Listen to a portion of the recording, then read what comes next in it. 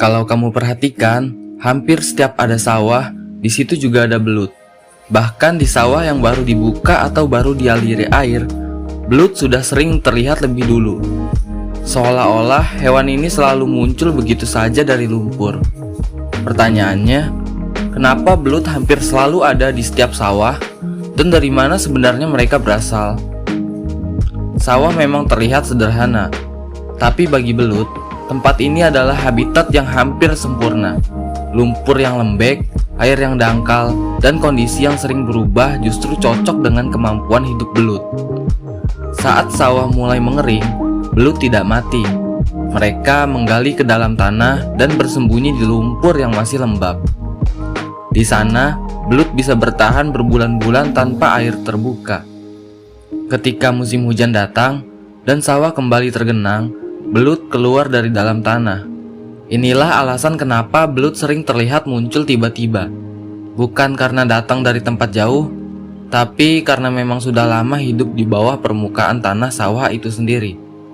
Selain tempat bersembunyi, sawah juga menyediakan makanan melimpah.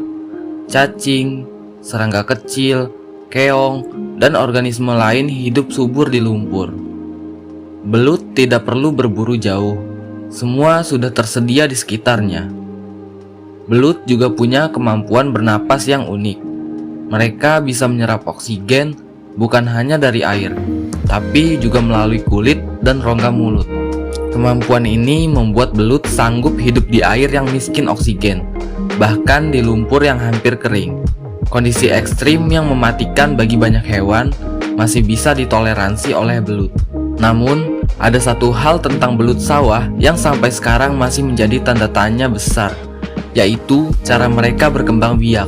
Berbeda dengan ikan lain yang mudah terlihat saat bertelur atau memijah, belut sawah hampir tidak pernah terlihat kawin di alam. Tidak ada pemandangan belut bertelur di sawah. Tidak ada telur yang mudah ditemukan di permukaan air.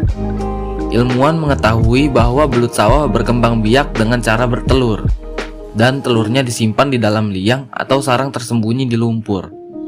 Belut jantan diduga menjaga telur-telur ini sampai menetas, tapi detail lengkapnya seperti bagaimana proses kawinnya, kapan tepatnya pemijahan terjadi, dan bagaimana pembuahan berlangsung, masih sangat jarang teramati secara langsung di alam liar. Keunikan lain yang membuat penelitian belut sawah semakin sulit adalah kemampuannya berubah kelamin. Sebagian besar belut sawah mudah berkelamin betina, lalu seiring bertambahnya usia dan ukuran tubuh, bisa berubah menjadi jantan. Ini membuat struktur populasinya terus berubah dan sulit diprediksi, sehingga pengamatan reproduksi menjadi semakin rumit.